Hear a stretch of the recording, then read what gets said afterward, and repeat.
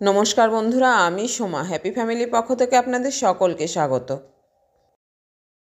আজ আমি আপনাদের সঙ্গে শেয়ার করব বেগুনের একটা নিরামিষ রেসিপি। এটা যে কোনো নিরামিষ দিনে বানিয়ে খেতে পারবেন, ভুলেও মাছ মাংসের কথা মনে পড়বে না। শীতের সকাল কিংবা দুপুর কিংবা রাত্রি যে কোনো সময় এই রকম ধোঁয়া ওঠা একটা তরকারি থাকলে ভাত কিংবা রুটি দুটোর সাথেই দারুণভাবে জমে যাবে। তো বন্ধুরা, রেসিপিটি দেখতে হলে অবশ্যই একটা লাইক দিয়ে শুরু করবেন আর ভিডিওটি স্কিপ করে না দেখে সম্পূর্ণটাই দেখবেন। তো চলুন বন্ধুরা, রেসিপিটি দেখে নেই।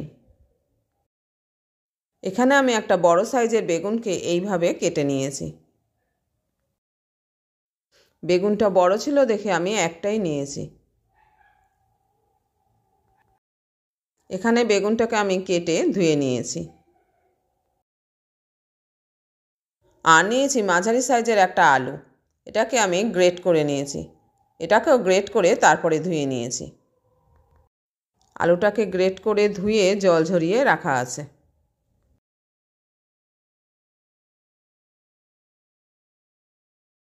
আর একটা ছোট মিক্সি জারে আমি নিয়ে নিয়েছি 6টা কাজু, 1 চামচ সাদা তিল আর 1.5 চামচ চারমগজ।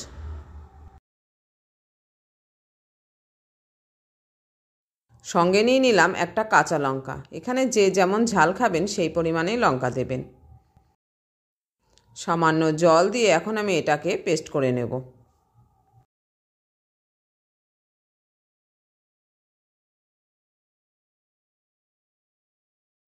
এই যে বন্ধুরা, আমার মশলাটা পেস্ট করা হয়ে গেছে।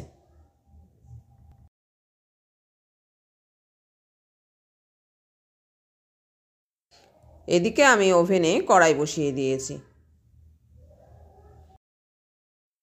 কড়াইটা সামান্য গরম হলেই আমি দিয়ে দিলাম পরিমাণ মতো তেল।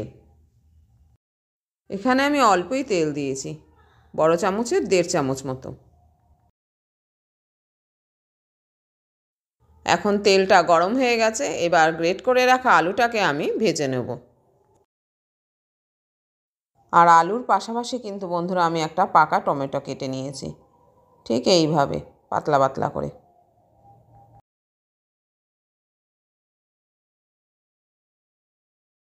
এখন কড়াইয়ে তেল গরম হয়ে গেছে, এবার আলুটাকে দিয়ে আমি ভালো করে ভেজে নেব।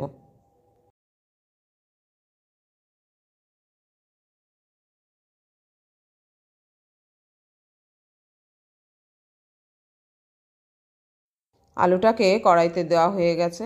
এখন আমি দিয়ে দিলাম পরিমাণ মতো লবণ ও হলুদ।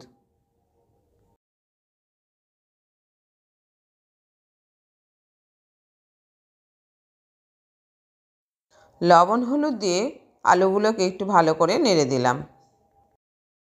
এরপর আমি কড়াইটাকে ঢাকা চাপা দিয়ে দিলাম 5 মিনিটের জন্য। 5 মিনিট পরে আমি কড়াইয়ের ঢাকা খুলে নিলাম। আমি কিন্তু মাঝখানে একবার ঢাকা খুলে নেড়ে দিয়েছিলাম, আর গ্যাসের ফ্লেমটা কিন্তু মিডিয়ামে রাখা আছে। যেহেতু আলুটাকে গ্রেট করে কাটা হয়েছে, তাই আলুটা ভাজতে আমার বেশি সময় লাগেনি। 8 থেকে 10 মিনিটের মধ্যে আমার আলুটা ভাজা হয়ে গেছে। এখন ভাজা আলুটাকে আমি অন্য পাত্রে তুলে নিয়েছি।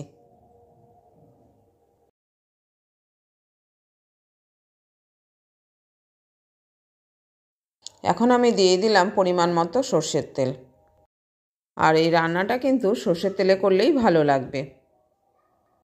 এখন গ্যাসের ফ্লেমটাকে হাই করে দিয়ে বেগুনগুলোকে ভেজে নেব।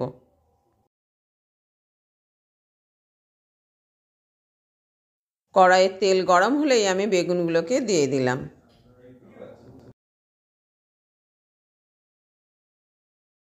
এখন দিয়ে দিলাম পরিমাণ মতো লবণ ও হলুদ।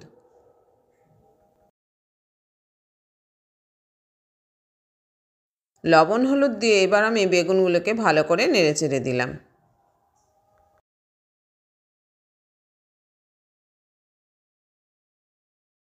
এখন কড়াইয়ে ঢাকা চাপা দিয়ে বেগুনগুলোকে ভালো করে ভেজে নিতে হবে।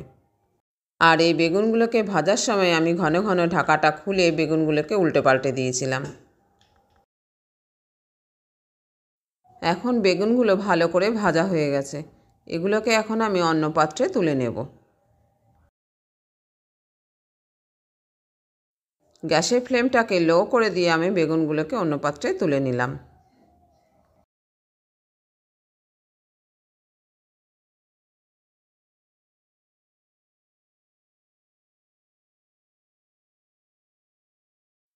কড়াইতে আর তেল না থাকায় আমি আবারও 2 থেকে আড়াই চামচ মতো সর্ষের তেল দিয়ে দিলাম।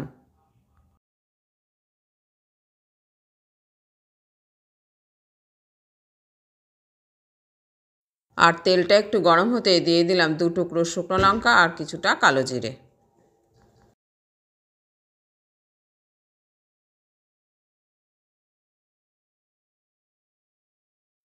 একটু নেড়েচেড়ে নিয়ে এখন আমি দিয়ে দেবো গ্রেট করে রাখা 1 টুকরো আদা। এই যে বন্ধুরা, এখানে আমি 1 চামচ মতো গ্রেট করা আদা দিয়ে দিলাম। আদাটা দিয়ে একটু নেড়েচেড়ে দিতে হবে যতক্ষণ না পর্যন্ত ওর কাঁচা গন্ধটা চলে যায়।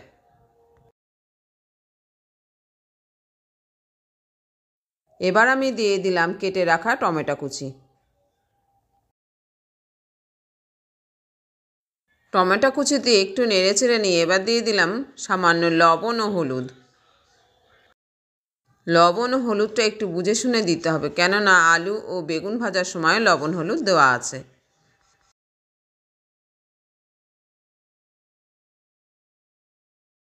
লবণ হলুদ দিয়ে এবার টমেটোটাকে ভালো করে নেড়েচেড়ে নিলাম। এখন আমি দিয়ে দিলাম 3টে কাঁচা লঙ্কা কুচি। কাঁচা লঙ্কা কুচি দিয়ে আবার একটু নেড়েচেড়ে নিলাম। এখন দিয়ে দিলাম খুব সামান্য পরিমাণে শুকনো লঙ্কার গুঁড়ো। এর সঙ্গে দিলাম আমার ছোট্ট চামচের 1 চামচ জিরের গুঁড়ো।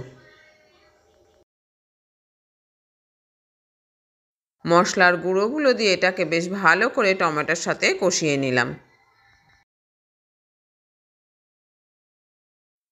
টমেটো ও গুঁড়ো মশলা থেকে যখন তেল ছাড়বে তখন আমি দিয়ে দিলাম কাজু, সাদা তিল ও চারমগজের যে পেস্ট করে রেখেছিলাম সেটাকে।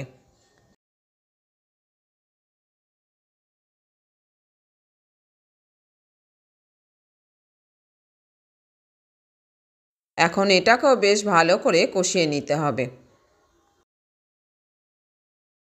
যতক্ষণ না পর্যন্ত এই মশলাটি থেকেও তেল ছাড়বে।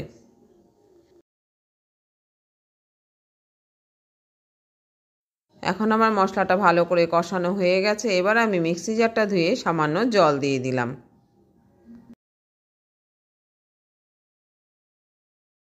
আবারও এটাকে বেশ ভালো করে নেড়েচেড়ে কষিয়ে নিলাম।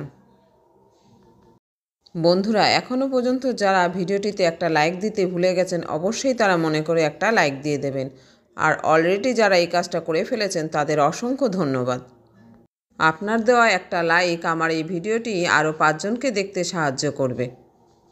আর এই উপকারটা শুধু আমার একার হবে না, সঙ্গে আপনারও। তো মশলাটা দ্বিতীয়বার কষানোর পর আমি দিয়ে দিলাম পরিমাণ মতো জল। এখানে খুব বেশি পরিমাণে জল দেওয়া যাবে না, যে যেরকম গ্রেভি রাখবেন সেইভাবেই জল দেবেন। পরিমাণ মতো জল দিয়ে এখন আমি দিয়ে দিলাম ভেজে রাখা বেগুনগুলোকে। বেগুনগুলো দিয়ে বেশ ভালো করে মশলার সাথে এটাকে মাখিয়ে নিলাম।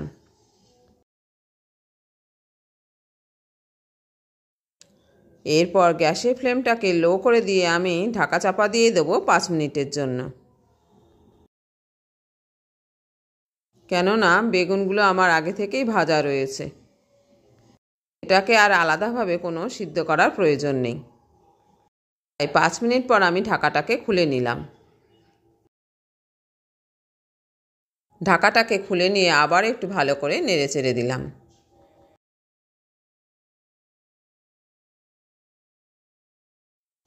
এখন দিয়ে দিলাম কিছুটা ধনেপাতা কুচি।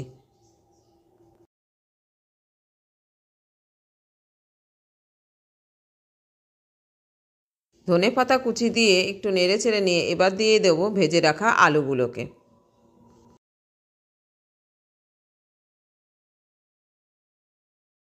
এই যে বন্ধুরা, আমি যে সবার প্রথমে আলুগুলোকে ভেজে রেখেছিলাম সেগুলোকে এখন আমি দিয়ে দিলাম। বন্ধুরা, আপনারা কেউ যদি না চান তাহলে এই আলুটাকে স্কিপ করতে পারেন, কিন্তু এটা দিলে পরে টেস্টটা কিন্তু অসাধারণ হয়। এই সময় কেউ যদি চান সামান্য চিনি দিতে পারেন।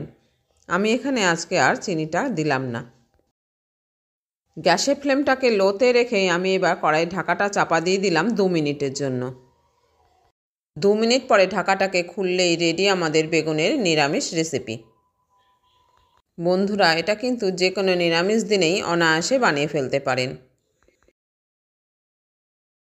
আর একবার কাউকে খাওয়ালে সে আপনার কাছে অবশ্যই রেসিপিটি শিখতে চাইবে। দেখুন বন্ধুরা, কতটা লোভনীয় হয়েছে এটা দেখতে। এখন আমার রান্নাটা হয়ে গেছে। গ্যাস ওভেনটাকে অফ করে দিয়ে এটাকে আমি এখন অন্য পাত্রে নামিয়ে নিলাম। তো আজকে বেগুনের রেসিপিটি কেমন লাগলো বন্ধুরা জানাতে কিন্তু ভুলবেন না। আর নতুন বন্ধু হয়ে থাকলে চ্যানেলটিকে সাবস্ক্রাইব করে অবশ্যই আমাদের পাশে থাকবেন। ফিরে আসছি পরের ভিডিওতে অন্য কোনো রেসিপি নিয়ে। ততক্ষণ আপনারা সবাই ভালো থাকবেন।